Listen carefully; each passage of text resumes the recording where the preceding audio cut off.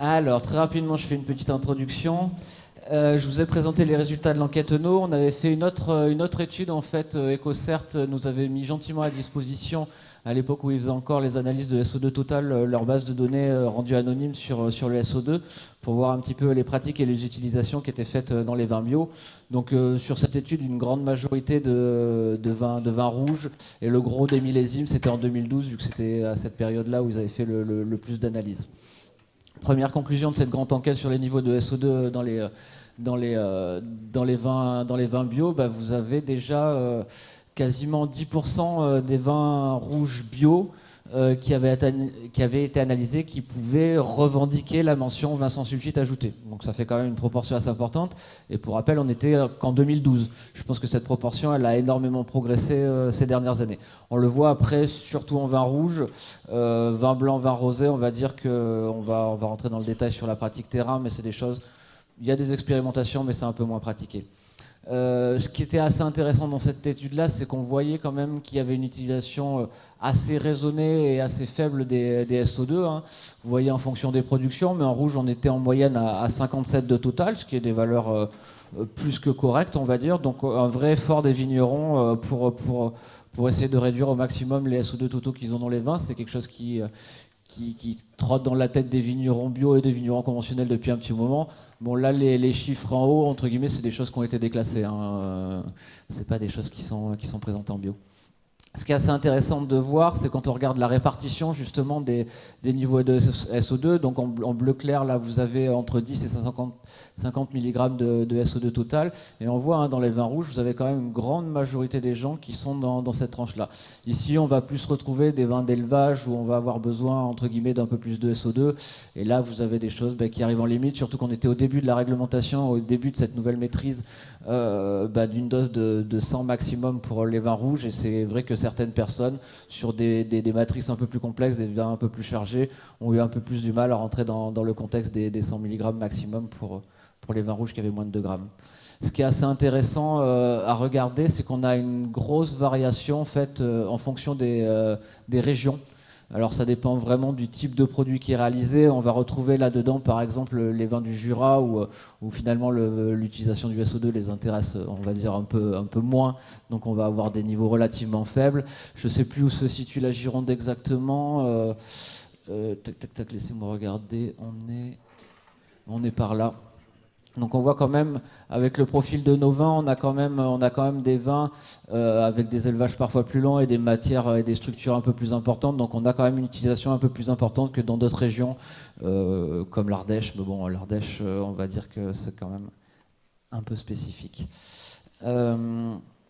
Sur la quantité de production de vin, on va dire, c'est pas des niveaux très très importants.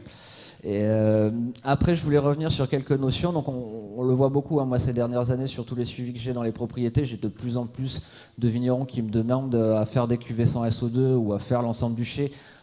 Sur la partie vinification sans SO2, on le verra au cours de ce qui va être évoqué ce matin. La partie élevage, c'est plus compliqué. On l'a déjà évoqué hier pendant la visite terrain. Pour ceux qui étaient à la visite terrain, je vais faire des redites. Je suis désolé.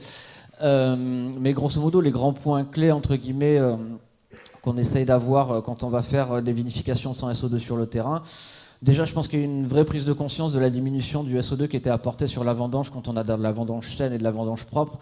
Il y a eu peut-être un peu des abus ces dernières années sur ces questions-là. On voyait du 8 grammes sur de la vendange complètement saine triée. À un moment donné, il y a vraiment une réduction, sur ces questions-là. Alors, il faut séparer la question des blancs et des rouges.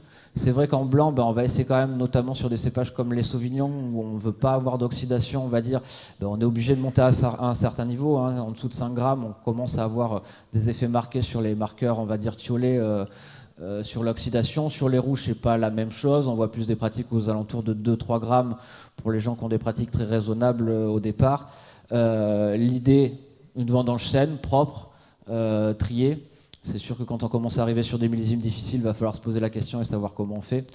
La gestion des températures, pour moi, c'est vraiment le point clé. On en a discuté hier. C'est si vous ne maîtrisez pas tout le reste, au moins vous maîtrisez vos températures. Tous les incidents que je vous ai présentés tout à l'heure sur le millésime 2018, la plupart du temps, elles étaient dues à un manque de maîtrise des températures, des régulations des cuves, avec, comment vous dire, quelques points clés.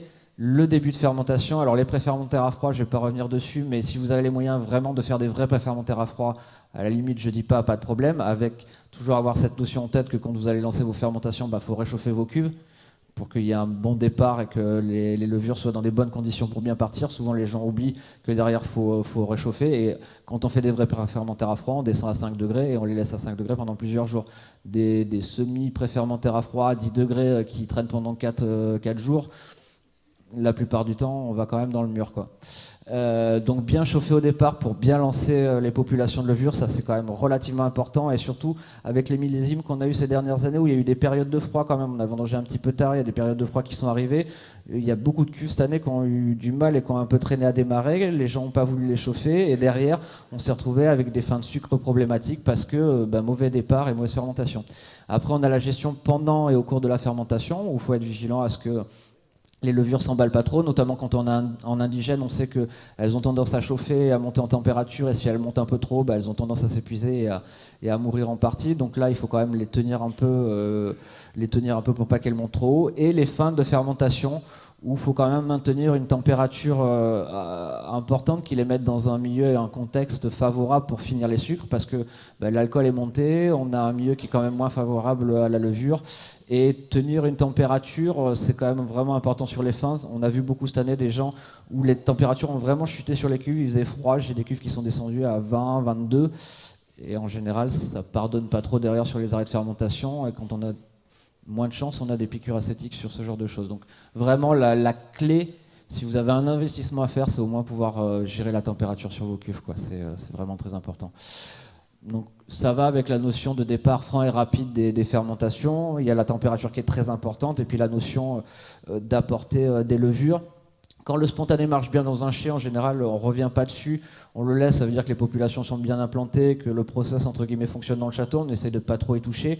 Par contre, quand on commence à découvrir l'indigène, entre guillemets, qu'on commence l'indigène dans le chai, un pied de cuve, ça peut être quand même intéressant parce qu'on apporte une population massive de Saccharomyces, ou alors une LSA, ça revient au même. On apporte un volume important de Saccharomyces qui va prendre, occuper le milieu et lancer la fermentation. On voit beaucoup, on va le voir par rapport aux projets qui vont être montrés, il y a pas mal de nouveaux outils qui se développent, mais finalement, quand on ensemence très tôt, limite dans la pompe à marc, c'est ce qu'on fait chez beaucoup de vignerons qui font des cuvées sans SO2. En général, derrière, ça se passe très bien parce que Saccharomyces prend tout de suite le dessus, ça fermente le lendemain, et on a des fermentations qui sont très franches. Du coup, une bonne oxygénation pendant les fermentations, ça je pense que c'est très important. Les levures, elles ont besoin d'avoir à manger, elles ont besoin d'être dans des bonnes conditions, mais elles ont besoin d'avoir à manger.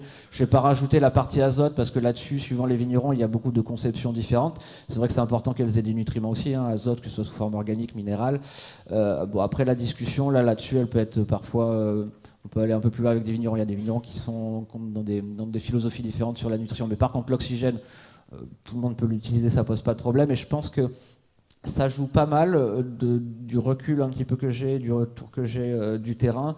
Je pense que ça joue pas mal sur certaines déviations comme le goût de souris, ou finalement en Bordelais, où on a une tradition de beaucoup aérer les mous. Et la plupart des vignerons que je suis, on aère pas mal en fermentation. Je parle pas au début. Au début, vous essayez de garder du gaz, de voir d'hydrater votre cuve, mais en plein cœur de fermentation. Je pense que c'est un bon outil. Et puis il y a cette notion-là aussi où le vin, il doit quand même voir de l'oxygène à un moment donné. Un vin qui voit jamais d'oxygène, le jour où il en voit, il part en sucette directement. Donc c'est important qu'il s'habitue, qu'il ait vu la présence de l'oxygène. En pleine fermentation, vous ne risquez rien. C'est chargé de gaz, et puis comme on dit, elles en ont besoin. Et je pense que ça a sans doute un impact sur ce qui se passe après, que ce soit en malolactique ou sur une partie des populations bactériennes. Essayez d'éviter de vous lancer bille en tête dans tout en même temps. Si vous n'avez jamais fait d'indigène et jamais de vin sans SO2, partir directement sur je fais du vin sans SO2 en indigène, ça commence à être un petit peu compliqué quand même. On doit essayer de le faire plus par étapes, quoi. Après, les parties importantes qu'il va falloir contrôler, c'est la partie gaz, on va dire, sur la partie élevage. On en discutait hier sur la partie élevage et la partie mise en bouteille. Finalement, il y a la partie microbiologique, je l'ai quand même mis, elle est importante, il faut faire un suivi, il faut suivre quel type de population on a, suivre ses volatiles. C'est vrai que c'est des contrôles assez réguliers pour être sûr qu'il n'y ait pas de population qui se développe. Mais ce qui va énormément jouer, en fait, c'est son contrôle des gaz et sa gestion des gaz, avec deux notions. Pas partir dans l'excès de réduction et pas partir dans l'excès de CO2, mais pas non plus avoir des choses trop dépouillées. pour garder un peu cette protection que va nous fournir le SO2. Donc c'est vraiment, comme disait Pierrick hier, le vigneron chez qui on est allé, c'est vrai que pendant la phase d'élevage, les vins sans SO2, pour les quelques-uns qui en font, c'est pas très gratifiant en fait, ils se goûtent pas très très bien. Mais c'est tant mieux, ils sont protégés par le CO2 et c'est au moment de la mise où va bien falloir gérer quel niveau d'oxygène on a, quel niveau de CO2 on a et de ne pas hésiter à faire des ajustements. On a pas mal de nouveaux outils qui sont arrivés entre guillemets pour gérer ce genre de choses. Vous avez les barbotages avec des nouveaux outils qui vous permettent de faire des barbotages un peu plus simples et un peu plus faciles. Juste pour info, pour l'instant, les contacteurs membranaires, c'est pas autorisé en bio. Donc faites très attention aux lignes de mise qui éventuellement proposent ce service-là. Pour l'instant, en réglementation bio, ils ne sont pas passés. C'est vrai que c'est un très bon outil. Hein. On réfléchit dessus à la Commission européenne sur ces questions-là. On a encore quelques interrogations sur comment sont faites les membranes et qu'est-ce qui se passe exactement. Donc on a besoin d'avoir un peu plus de données pour savoir qu'est-ce qu'on peut faire de ces outils par rapport à la réglementation bio. Mais la gestion des gaz, elle est vraiment primordiale, on va dire, sur cette partie-là. Après, c'est aussi des choix, et j'en terminerai par là. Il faut bien choisir quel type de produit on va faire au départ. Vous allez avoir des vins sans SO2 qui vont être faits en rotation courte, on va dire, où les mises vont être assez précoces en mars.